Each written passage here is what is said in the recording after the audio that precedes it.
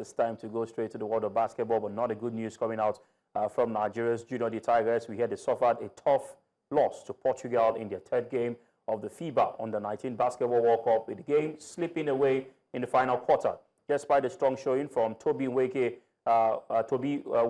who scored 16 points and hit 3 of 4 from beyond the arc, and a team high of 17 points from Idubamo Beggi, Nigeria could not hold off a late Portuguese surge. Now, the momentum shifted midway through the fourth quarter when Nigeria had closed the gap to 58-62, only for a string of turnovers to tilt control back to the Portuguese.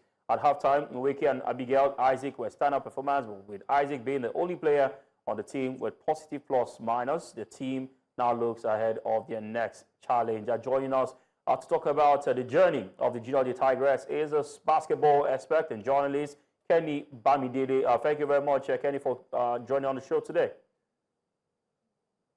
Thank you very much for having me on the show. I'm happy to be here. Thanks. Well, why are you happy to be on the show? I don't know if you're happy with the performance of our Junior Tigers. I mean, 1 win, 2 losses. The second game against Canada was a scandalous result where you look at the gap between Canada and Nigeria. But against Portugal, they tried their best, but nearly they say they cannot kill a bird. What's your take on the performance of the Junior Tigers? Are you happy? Are you okay with the performance, or you feel we should have done more? Yeah, so it wasn't an entirely bad game for the Junior Tigers of Nigeria, to be honest. I think it was they couldn't hold the momentum they had in the fourth quarter. That was where they lost the game. There was a part in the fourth quarter where it was just 4 points separating us and Portugal. We're on 58 points, and Portugal, they were on 62 points. But of course, at that point, we had the possession. And of course, I was expecting the girl to pass the ball smartly and see if they can get a little, maybe a 3-point shot, or maybe win a foul and score from the free throw line. But instead, it was a turnover, very, very poor pass, and it was well intercepted by a Portuguese player in order to pounce on that. And they had consecutive points. So it was 2 successive turnovers that led to Portugal regaining the momentum in that particular game. And from there, they never looked back, and Nigeria couldn't recover at that point in time. So, when it comes to basketball for these under-19 girls, I think they have played their part. They've tried their best.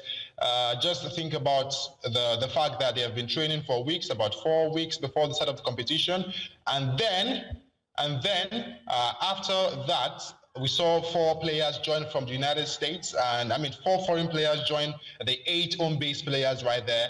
And if you take a look at it, you see that there is not the chemistry isn't really much when it comes to how they play. Because one thing that worked for the Portuguese today was the fact they passed so smartly. They are a very good passing team. Before you know, you see a wide open player for Portugal ready to dink in a 3-point shot.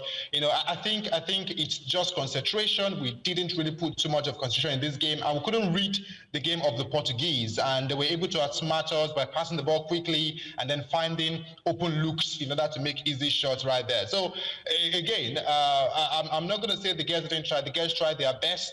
That shouldn't stop them from qualifying to the next round. So they should be up against, I think, Israel, but we are waiting for the confirmation of that in terms of the Group A. So we see how it goes. It wasn't a bad group stage performance for the girls. I think that they've done well enough, and maybe in the round of 16, they should be able to do better than what they did in the group stage. All right, Kenny, before we let you go, is this a reflection of where we are in the world of women's basketball in Nigeria? Also, when you look at the Junior Tigers, it should be a bedrock for the Tigers, where you look at the transitioning from under-19 to the senior national team. And when you look at the senior national team preparing for AfroBasket, we know how it is at the moment, not the very best of preparations with what we have right now. It's just a situation of a reflection of what we have currently in Nigeria, and what is the hope that in the next few years we will remain competitive in women's basketball in Africa. So this is our first ever active participation in the Women's Under-19 World Cup. We were meant to go 2011, but we couldn't attend that particular one. Now, if you look at how they played, these girls really tried their best. So is it a reflection of basketball in Nigeria?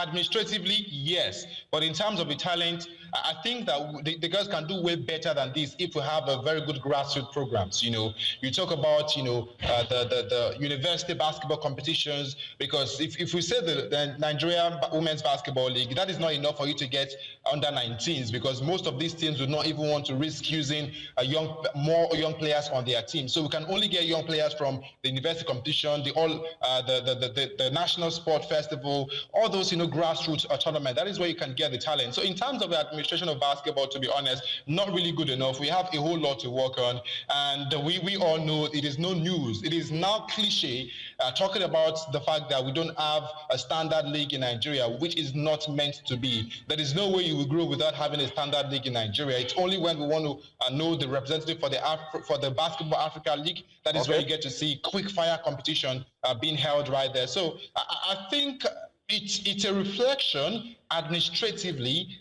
when it comes to basketball in Nigeria. It's affecting the way these girls get to play. Now look at the Tigers of Nigeria. Now we are hearing that they're yet to get the font approved for the Women's Afro-Basket Championship. Now they were meant to play 2 friendly games this week, 19th and 20th, against Togo and Kenya. Let me break this to you that those friendly games may not hold anymore because of what is happening. May yet to get confirmation on that particular one. So it's just what it is. You look at it front to back, right and left. You just see that administration is one cankerworm eating deep into the growth of basketball in Nigeria, and it really needs to help.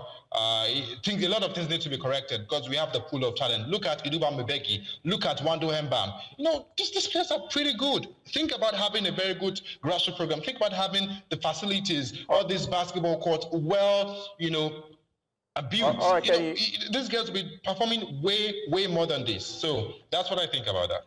All right, Kenny, I must say a big thank you to you for that update and for the analysis of our team. We hope that they can also get an opportunity to compete, maybe against Israel. We'll wait to find out. But we hope also that our administrators are watching and seeing that we need to do a lot to revive basketball in Nigeria. The talent is there, but we need the enabling environment, good coaches with exposure to be able to think at the side. I want to say thank you to you, and we'll look forward to having you in subsequent edition of our show. Yeah, thank you very much for having me.